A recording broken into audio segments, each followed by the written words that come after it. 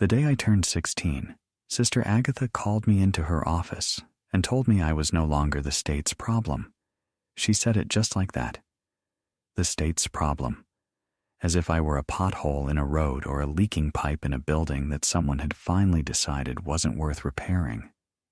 She handed me a brown envelope, a cloth bag with my 2 dresses and a pair of shoes that didn't fit, and informed me that a lawyer from Boone County, West Virginia, had written to say that my maternal grandmother, a woman named Cora Whitfield, whom I had never met, had died 3 months ago and left me her entire estate. Estate was a generous word for what Cora Whitfield had owned. The lawyer's letter described it as 14 acres of steep wooded hillside in Keeney's Creek Hollow, including a dwelling in disrepair and a limestone cave formation of no commercial value, currently inaccessible due to overgrowth. The Sisters of Mercy Home for Girls, where I had spent the last 6 years of my life, had a good laugh about that. Sister Agatha read the letter aloud in the dining hall. I still don't know why, maybe as a lesson about the vanity of earthly possessions, and every girl and every nun in that room looked at me with the same expression, pity mixed with relief that they weren't me. I didn't cry. I had stopped crying at the Sisters of Mercy home around the age of 12. When I realized that tears were a currency that bought nothing in a place like that. My mother had died of scarlet fever when I was 10. My father had been gone before that, a coal miner who went into the mountain one morning in 1932 and never came out. They found his lamp, but not his body. After my mother died, there was nobody. No aunts, no uncles, no family that wanted a skinny girl who read too much and talked too little. The state sent me to the Sisters of Mercy in Charleston, and the Sisters of Mercy spent 6 years trying to make me into something useful. A laundress, a seamstress, a future wife for some farmer who needed an extra pair of hands more than he needed a conversation. I was none of those things. I was the girl who stole books from the donation bin and read them under the blanket by candlelight. The girl who asked the science teacher at the public school, where we were sent 3 days a week to satisfy the state education requirement, why plants grew toward light and whether you could trick them into growing toward a mirror. The girl who kept a notebook full of drawings of leaves and roots and seed structures, and who once got slapped by Sister Constance for spending an hour watching a vine climb a wall instead of scrubbing the laundry floor. If you want to find out what I discovered inside that overgrown cave, and why the same people who laughed at my inheritance went completely silent when they saw what was hidden behind those vines, subscribe to this channel and tell me in the comments where you're watching from. Because what Cora Whitfield had concealed in that hillside wasn't just a secret. It was a miracle that had been growing in the dark for 30 years. The bus dropped me in Whitesville on a Thursday afternoon in late March 1942. The town was small and gray and tired, a coal town whose best years were behind it, its main street lined with buildings that leaned like old men who'd given up standing straight. The lawyer, Mr. Pemberton, was a round man with tobacco-stained fingers, who drove me 12 miles up a dirt road into the mountains in a truck that smelled like dog and kerosene. Your grandmother was a particular woman, he said, which I was learning was the Appalachian way of saying someone was strange. Lived alone up in that hollow for near 40 years. Didn't come to town but twice a year. People left her alone, and she returned the favor. Did anyone know her? I asked. Knew of her. She grew things. Had a garden people talked about, though most never saw it. After the cave got overgrown, she stopped letting anyone near the property. Last 10 years of her life, nobody went up there at all. He dropped me at the end of a path that was more suggestion than road. 2 ruts in the mud disappearing into rhododendron so thick it made a tunnel. He handed me a key, a $5 bill, and a handshake that felt like an apology. The cabin's about a quarter mile up, he said. The cave is behind it, somewhere in the hill. I've never been inside. Don't know anyone who has, not in years. The whole entrance got swallowed up by kudzu and wild grape about 15-20 years ago. Your grandmother never cleared it. Why not? Mr. Pemberton shrugged. Like I said, particular woman. I walked up that path alone, carrying everything I owned in one hand, and I thought, this is either the beginning of something or the end of everything. There was no middle ground. I was 16, orphaned, uneducated beyond the 8th grade, and walking into a hollow in the West Virginia mountains where nobody knew my name and nobody cared whether I lived or died. The cabin was small but not hopeless. 1 room, plank floor, stone fireplace, a roof that needed patching but hadn't collapsed. My grandmother's possessions were sparse and strange. A bed, a table, a wood stove, jars of dried herbs lining every windowsill, and books. So many books, not novels or Bibles, but books on botany, on soil chemistry, on mycology, on something called permaculture that I'd never heard of. There were hand-drawn diagrams pinned to the walls, cross-sections of root systems, sketches of fungal networks, maps of the hillside with careful notations about soil depth and sun exposure and water flow. And on the table, as if she'd been writing it the day she died, an open journal. The last entry, in handwriting that trembled but was still precise, read, "The cave holds everything. If she comes, if the girl comes, she must clear the entrance. She must see what I built. The vines are the door. What's behind them is the answer." She had been waiting for me. A grandmother I'd never known had been waiting for a granddaughter she'd never met, and she had left me a message like a hand reaching out from the grave. I sat at that table, and I pressed my palms flat against the wood, and I breathed. Then I went outside to find the cave. It took me 3 days just to locate the entrance. My grandmother had not exaggerated about the overgrowth. The hillside behind the cabin rose steeply, maybe 200 feet to the ridge, and it was covered in a wall of vegetation so dense that sunlight barely reached the ground. Kudzu had colonized the lower slope in thick, ropey curtains. Wild grapevines as thick as my wrist wove through the kudzu in a tangled mesh. Virginia creeper climbed the rock face underneath, and honeysuckle filled every remaining gap. It was beautiful in its way, a green fortress, impenetrable and alive, but it had swallowed whatever was behind it completely. I found the entrance on the 3rd day, not by seeing it, but by feeling air. I was pulling at a section of kudzu near the base of the cliff.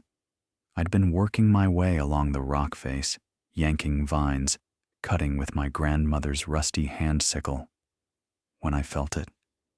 A breath of cold air against my sweating face. Not wind. Something deeper. Air that came from inside the earth, cool and damp and constant. I cut faster. I pulled vines until my hands bled. I hacked at grape stems and tore at kudzu roots that had anchored themselves into the limestone like they were trying to hold the mountain shut. And as the afternoon light shifted and came through the canopy at an angle, I saw it. A darkness behind the green. A gap in the rock face, maybe 5 feet wide and 6 feet tall, framed by limestone and completely curtained by 30 years of unchecked growth. The entrance to the cave. It took me another 2 full days to clear it. I worked from dawn until my arms wouldn't lift the sickle anymore. Then I slept. Then I started again. I piled cut vines in mounds that grew taller than me. I pulled root systems out of cracks in the limestone that had been growing since before I was born. I uncovered the rock face inch by inch, and as I did, I began to see something that made me work faster. Marks in the stone. Carved marks. letters and numbers chiseled into the limestone above the entrance, barely visible under decades of growth. When I finally cleared enough to read them, I stood back and stared. C. Whitfield, 1913. My grandmother had marked this cave the year she claimed it, nearly 30 years ago, and she had let the vines seal it shut. I lit the kerosene lantern I'd found in the cabin, held it in front of me, and stepped inside. The first chamber was unremarkable, a natural limestone passage, maybe 8 feet wide and just tall enough to stand in, running about 30 feet into the hillside. The walls were damp, the floor was smooth from centuries of water flow, and the air was cool. Around 55 degrees, I guessed, the same constant temperature that caves hold year-round, regardless of the season above. My footsteps echoed. Water dripped somewhere in the darkness ahead. Then the passage opened up, and I understood why my grandmother had sealed the cave. Not to hide it, to protect it. The main chamber was enormous, at least 80 feet long and 40 feet wide, with a ceiling that arched up into shadows beyond the lantern's reach. But it wasn't the size that stopped me. It was what was growing inside. Mushrooms. Hundreds, no, thousands, of mushrooms covering every surface. They grew from logs that had been arranged in careful rows along the chamber floor. Oak and poplar logs, I could tell, cut to uniform lengths and stacked in configurations that I would later learn were called totem stacks. They grew from shelves my grandmother had carved into the limestone walls, filled with substrate, a mix of straw and wood chips and something dark and rich that smelled like forest floor. They grew from hanging bags suspended from wooden frames bolted to the ceiling, cascading downward in pale, luminous clusters that caught the lantern light and seemed to glow. And they weren't just one kind. As I walked deeper into the chamber, my lantern trembling in my shaking hand, I counted species I recognized from my grandmother's books and species I'd never seen. Oyster mushrooms in gray and pearl and blue, fanning out from log ends in overlapping shelves, shiitake caps pushing through bark in neat brown rows, lion's mane tumbling from high shelves in white, shaggy waterfalls, and deeper in the cave, in a section where the temperature dropped a few degrees and the moisture was heavier. Something I had only ever seen in pictures. Clusters of what looked like chanterelles, golden and ruffled, growing from a substrate my grandmother had somehow engineered to mimic forest soil. She had built an underground mushroom farm, not a small one, not a hobby or an experiment, but a full-scale, meticulously designed cultivation facility hidden inside a mountain. The logs were old, but many were still producing. The substrate bags, though some had dried out, showed evidence of being replenished over years, layers of fresh material added on top of old, like geological strata of my grandmother's labor. The growing shelves were built to maximize the cave's natural humidity and airflow. The wooden frames were positioned to take advantage of the slight air currents that moved through the cave system. Every single element had been thought through with the precision of someone who understood fungi not as a gardener but as a scientist.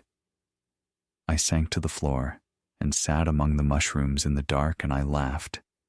I laughed until I cried, and then I cried until I laughed again. My grandmother, the particular woman nobody visited, the recluse in the hollow, the strange old Cora Whitfield who grew things, had spent 30 years building a cathedral of fungi inside a cave, and when she knew she was dying, she had let the vines grow over the entrance like a living lock, sealed it shut with nature itself, and waited for me to come and open it. The first weeks were a desperate education. I had the cave, and I had my grandmother's library, but I had almost no food, no money, and no understanding of what I was looking at beyond a gut feeling that it was extraordinary, I survived on what the land offered.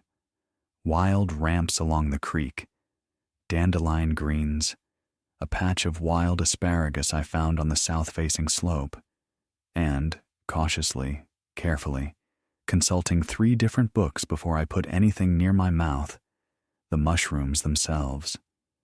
The oysters were unmistakable and safe. I cooked them over the wood stove with wild garlic and ate until my stomach hurt, not from illness, but from the simple shock of having enough.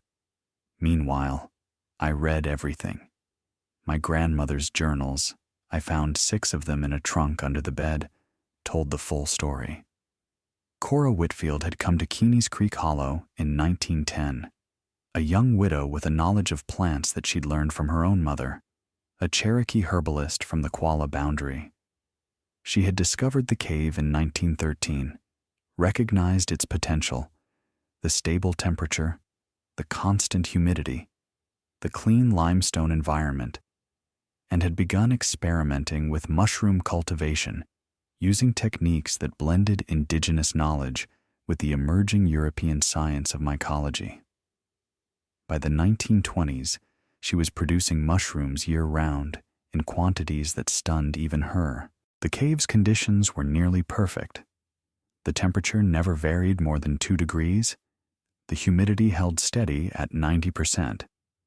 The limestone filtered the water that seeped through the walls, and the natural airflow prevented the mold and contamination that plagued above-ground cultivation.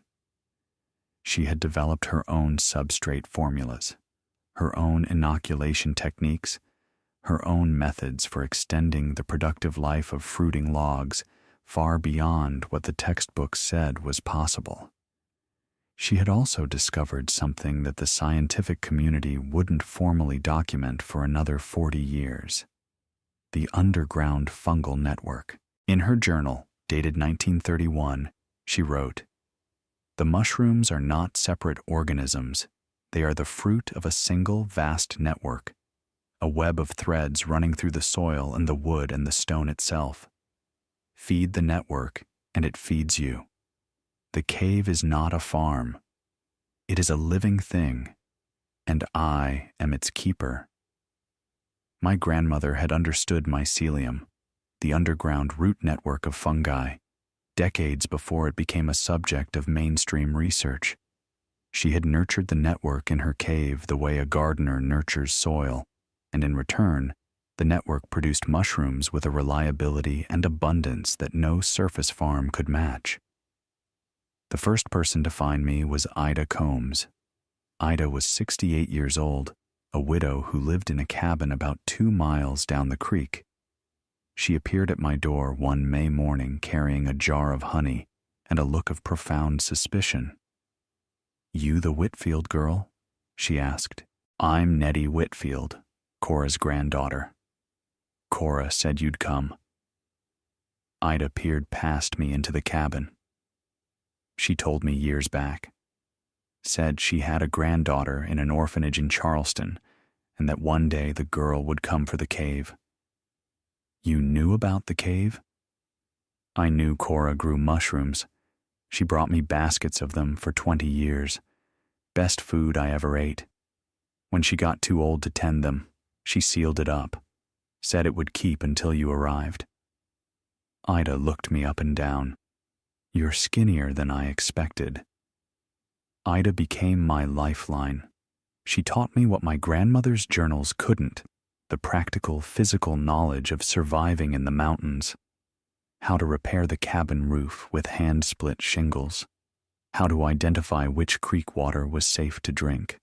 How to store food through the winter. How to read the sky and know whether tomorrow would bring rain or frost. She was gruff and unsentimental, and she never once hugged me, but she came every week, and she always brought something: a sack of cornmeal, a dozen eggs, a wool blanket she claimed she didn't need anymore. In return, I fed her mushrooms. And as I learned my grandmother's methods and the cave's production increased, I began to feed others too. By the autumn of 1942, I was harvesting more mushrooms than I could eat in a month. The cave was a relentless producer. The mycelial network that Cora had spent 30 years nurturing was mature and vigorous, spreading through the logs and substrate with an energy that amazed me.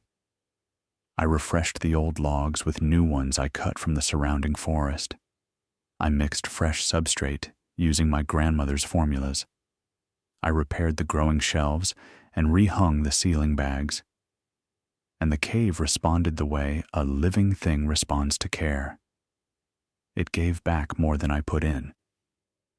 I began carrying baskets to Whitesville every Saturday. The walk was long, 12 miles round trip, and the reception was cold. People in coal towns don't trust what they don't understand, and a 16-year-old girl selling cave-grown mushrooms in a region where most people had never eaten anything fancier than a button mushroom from a can was, to put it mildly, a hard sell. "What's wrong with them?" was the most common question. "Why do they look like that?" was the second. A man named Earl Sizemore told me to my face that cave mushrooms were probably poisonous and that I ought to be ashamed of myself for trying to sell them to honest people. But hunger has a way of opening minds that argument never can. The war had thinned the valley. Men were overseas. Meat was rationed. Money was scarce. And here was this girl with baskets of fresh, beautiful, substantial food. Food that tasted like the forest and filled you up and cost almost nothing because the girl growing it was too proud to charge what it was worth and too desperate to charge nothing. Mrs. Lucille Barton was the first real customer. She was the wife of a miner who'd been drafted, mother of 4, stretched so thin you could see the worry through her skin. She bought a pound of oyster mushrooms for 10 cents, took them home, and fried them in butter. The next Saturday, she brought her sister. The Saturday after that, her sister brought 3 neighbors. By December, I had a line. The winter of 1942 was when I discovered the second secret of the cave. I had been exploring the deeper passages. My grandmother's journals mentioned a back chamber she had used for cold weather species. When I found a narrow tunnel leading off the main chamber, partially blocked by a rockfall that looked deliberate, it took me 2 days to clear the rocks, and when I squeezed through into the space beyond, I found something that made me sit down on the cold stone floor and press my hands to my mouth. My grandmother had built a seed vault. The back chamber was smaller, maybe 20 feet across, and drier than the main cave. Along every wall, on shelves carved into the limestone, were jars. Hundreds of jars, mason jars, canning jars, old medicine bottles, anything glass with a tight seal. And inside each jar, carefully labeled in my grandmother's handwriting, were seeds. Tomato seeds, bean seeds, corn seeds, squash seeds, pepper seeds, herb seeds, flower seeds. Seeds from varieties I'd never heard of. Cherokee purple, greasy back bean, candy roaster squash, turkey craw bean. Names that sang of a history and a culture that had been systematically erased, pushed out by commercial agriculture and the forced displacement of the people who had bred these plants over centuries. My grandmother had been saving seeds, not casually, not as a hobby, but with the methodical thoroughness of someone preserving a civilization. Her journal explained it. They are taking the old varieties. The seed companies want farmers to buy new seeds every year. Hybrid seeds that don't breed true, that make you dependent. The Cherokee seeds, the ones my mother gave me, the ones her mother gave her, these are being lost. I am saving what I can. The cave keeps them cool and dry. They will last decades. Someone must plant them again. I held a jar of seeds labeled Cherokee Trail of Tears bean from my mother, 1894. And I understood. My grandmother hadn't just built a mushroom farm. She had built an ark. a genetic library of heirloom and indigenous plant varieties stored in the one place where time moved slowly enough to preserve them. A cool, dry, dark cave where seeds could remain viable for generations. The mushrooms were the harvest. The seeds were the legacy. That spring, I planted. I cleared terraces on the south-facing slope above the cabin, using the same method I'd read about in one of Cora's books, stacking limestone into low walls to hold soil on the steep hillside. I composted mushroom substrate from the cave, spent logs, and used growing medium that were rich with nutrients, and mixed it into the thin mountain soil. And I opened my grandmother's jars, one by one, and put those ancient seeds into the ground. They grew. Lord, how they grew. Cherokee purple tomatoes the color of bruises, so sweet they made your eyes close. Greasy back beans that climbed 8 feet and produced pods until frost. Candy roaster squash that swelled to 20 pounds and stored through the entire winter. Herbs my grandmother had labeled only in Cherokee. Plants I later learned were traditional medicines that the koala community had been growing for centuries. Ida Combs watched the terraces fill with color and abundance and shook her head slowly. "Your grandmother told me she was keeping something safe," Ida said. "I thought she meant the mushrooms. She meant all of it." By 1944, I was running 2 operations, the cave mushroom farm below and the heritage seed garden above. Together, they made the little hollow in Keeney's Creek one of the most productive pieces of land in the county. I traded mushrooms and vegetables in Whitesville. I gave food to families with men overseas. I began saving my own seeds from each harvest, expanding the collection, learning which varieties thrived in the mountain climate and which needed more care. Word spread.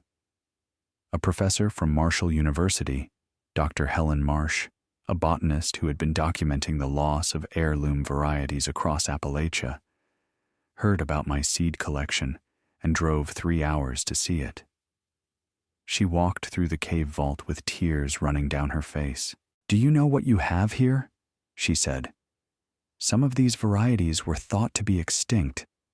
This one," she held up a jar labeled Bloody Butcher Corn 1902.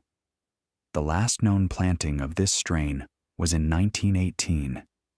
Your grandmother saved it. "She saved a lot of things," I said. "She just needed someone to plant them." Dr. Marsh helped me catalog the collection.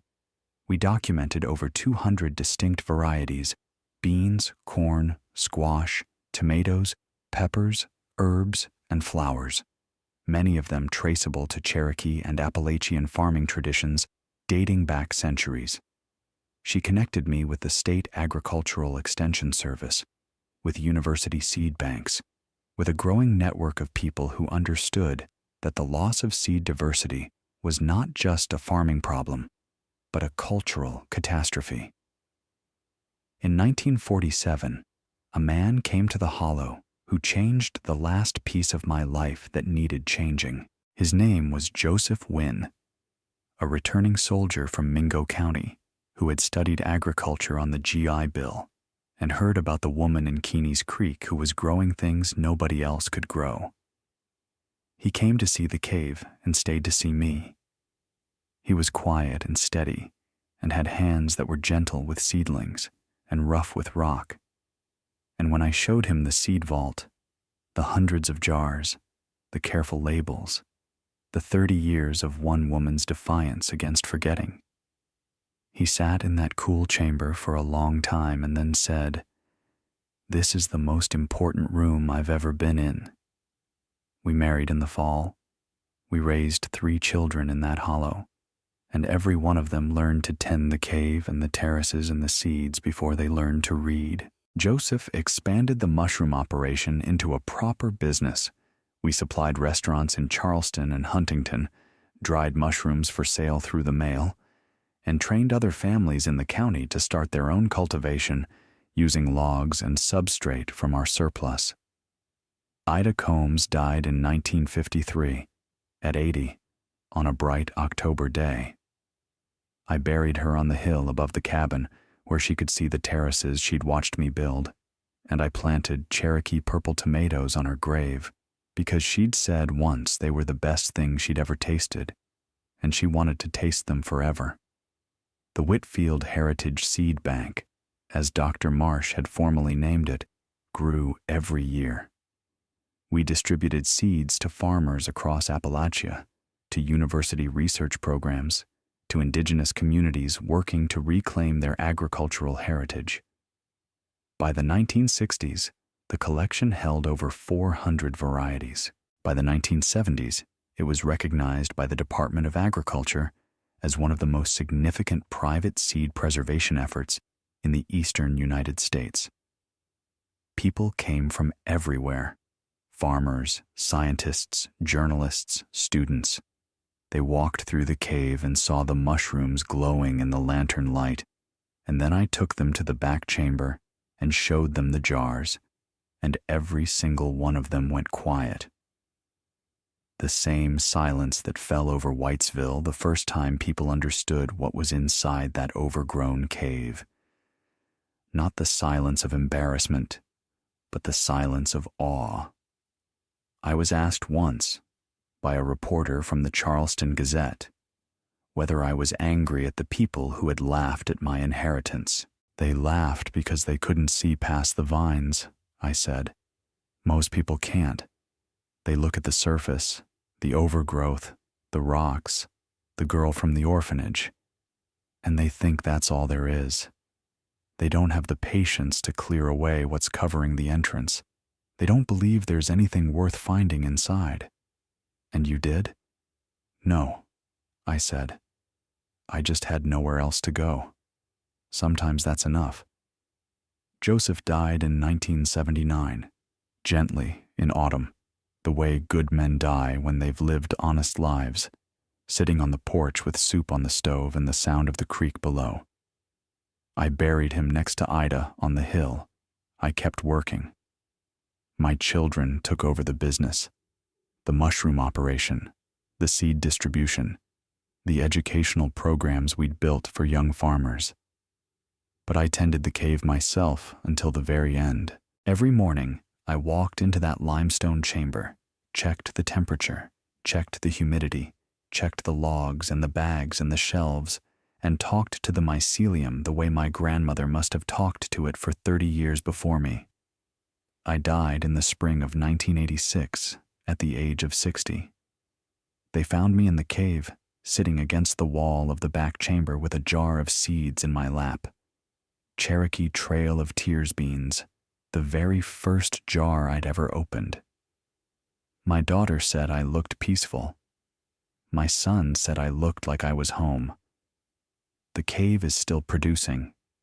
The seed bank holds over 600 varieties now, managed by my granddaughter and a staff of 12. The mushroom operation supplies half the restaurants in southern West Virginia, and every year, in March, they hold the Cora Whitfield Heritage Seed Festival on the terraces above the hollow, where families come from across the state to trade seeds and swap stories and plant things that should have been lost but weren't, because one woman had the foresight to save them, and another had the stubbornness to clear the vines and find them. Above the cave entrance, cut into the limestone where my grandmother carved her name in 1913, my children added a second line. Nettie Whitfield Wynne. She cleared the way. So let me ask you something. What's growing behind the vines in your life? What inheritance have you been given? Not of money or land, but of knowledge, of tradition, of something someone before you tried to preserve that you haven't looked at closely enough? What overgrown entrance are you walking past every day, assuming there's nothing inside worth the effort of clearing? Because here's what I learned in 40 years of tending a cave. The most valuable things are almost always hidden, not because they're small or insignificant, but because the world grows over them. Neglect covers them. Time buries them.